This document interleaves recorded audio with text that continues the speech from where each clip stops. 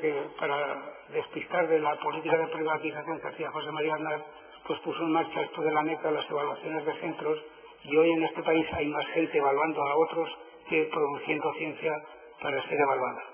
Es decir, se ha generado un poder nuevo, el poder de los burócratas de la bolognosis, bolognogenesis, y ahora salirse del esquema es ser crítico, es ser malhumorado, es estar en contra de todo, pero dicen, ¿por qué no me resuelven problemas como cómo interesar a los alumnos o cómo suplir el fracaso escolar?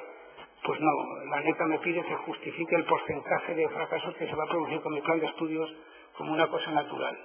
Es decir, están ocurriendo cosas que son bastante graves y preocupantes, y a su vez preocupan por el hecho de cómo llevarlas técnicamente a la práctica, pero lo grave es el cambio en el discurso que están introduciendo. Eso lo leen, pero si no lo leen se lo leo en voz alta con ustedes, con vosotros y vosotras. El nuevo vocabulario de la educación superior evidencia que la sociedad moderna está arribando a otras definiciones del conocimiento y razonamiento. Las nociones de habilidades, vocacionalismo, transferible, competencias, resultados, aprendizaje experiencial, capacidad y empresa, cuando se las toma conjuntamente, son índices de que las definiciones tradicionales de conocimiento ya no se consideran adecuadas para los problemas de la sociedad contemporánea. El nuevo vocabulario no es un mero adorno, sino que representa un cambio epistemológico en el carácter del mismo de lo que en la universidad se considera como la razón. En principio, no puede existir una objeción para el uso de estos términos, competencia y resultados, en el contexto del proceso educativo. Sin embargo, si caracterizamos los procesos educativos primordialmente en estos términos, podemos entrar en un terreno preocupante. Esto lo dice un sesudo profesor experto en educación universitaria, que en el libro traducido al castellano como Los límites de la competencia. Es una obra maestra que debería leer todo aquel que mencione la palabra o que gobierne y trate de gobernar la práctica con esto. Yo, igual que Bennett, no me opongo al uso de la competencia, pero hacer de la competencia el estandarte de la profesión es poner los toros, los bueyes detrás del carro, al lado del carro y en contra del carro. Es decir, es bueno tener la sensibilidad por que el aprendizaje produzca competencia, pero definir la competencia es algo bastante complicado que trataré de demostrar dentro un poco. Es decir, la competencia, el diagnóstico final, si quieren saber mi posición, es que, como he dicho, el que le venga bien y trabaje con eso, pues allá él, pero que sepa que hay otras muchas formas de trabajar que están experimentadas, que sabemos cómo funcionan y que sabemos hacer educación sin programar por competencias. Yo les juro que no he programado la intervención en términos de la competencia que tengo que producirles, sino en términos de qué interés les podría despertar. No me importa dar la competencia dar la competencia como tema de la conferencia, pero no quiero causar en ustedes ningún efecto determinado, simplemente que cada cual aproveche lo que pueda y quiera y allá él. No me tengo por qué meter en su estructura mental para gobernarle en qué es competente y qué no es competente. Porque hay incompetentes en el tema de la incompetencia que disfrazan su incompetencia con las competencias. Dicho esto como advertencia, yo, antes que ser científico, creo que hay que ser persona con sentido común. El sentido común ya saben que es el sexto sentido de Santo Tomás, que es el que orienta la corrección de los demás sentidos.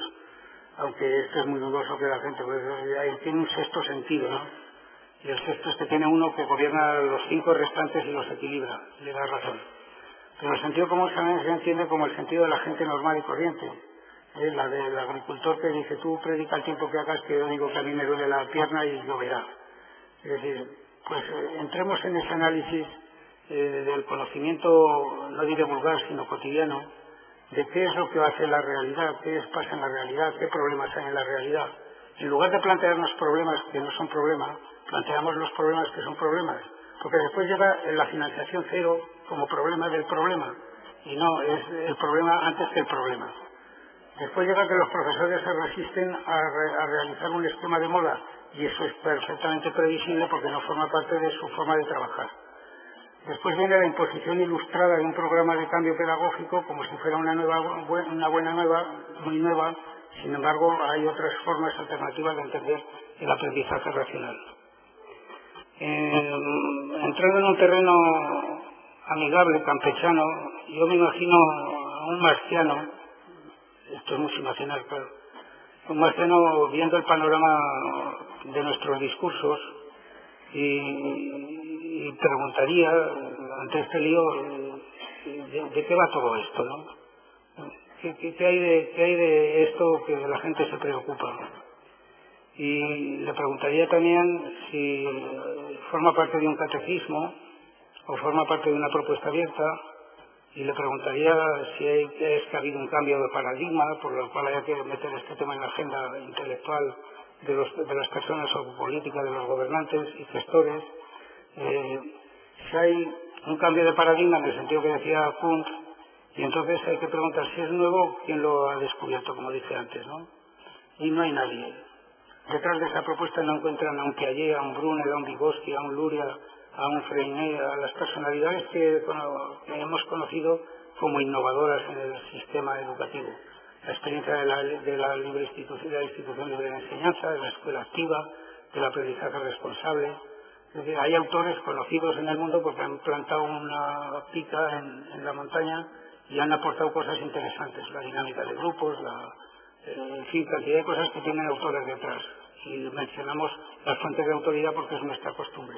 ¿Qué fuentes de autoridad hay detrás de esto? La OCDE, la Unión Europea, no la UNESCO, sino la OCDE, que se llama Organización de Desarrollo Económico, para el Desarrollo Económico. Es decir, es desde la óptica del rendimiento, el rendimiento económico, de donde nos viene esto, por la vía europea y no europea. Y por la vía norteamericana nos viene del intento de lograr indicadores cada vez más fieles para constatar la eficacia de los sistemas educativos y analizar la competitividad económica con los sistemas no europeos, fundamentalmente el área de Estados Unidos y Japón, para que nuestra economía sea competitiva. Es decir, es un lenguaje que tiene su origen en las preocupaciones por la rentabilidad de la universidad. Con lo cual, políticamente, esto es bastante torpe, porque en la universidad, y a eso, yo creo que por eso se explica en parte las resistencias de los estudiantes, es que hablarles a los estudiantes universitarios de rentabilidad de sus títulos es hablarle al 25-30% de la población universitaria, que son los que hacen oficios con alguna aplicación directa, alguna forma de saber hacer. Pero los que estamos en filosofía, sociología, políticas, hasta económicas, pasando por filologías, pues a esa gente no le dice nada, porque dice, ¿cuál es mi mercado de trabajo? ¿Qué valgo yo? Es decir, esos planteamientos no les dicen nada, ¿no?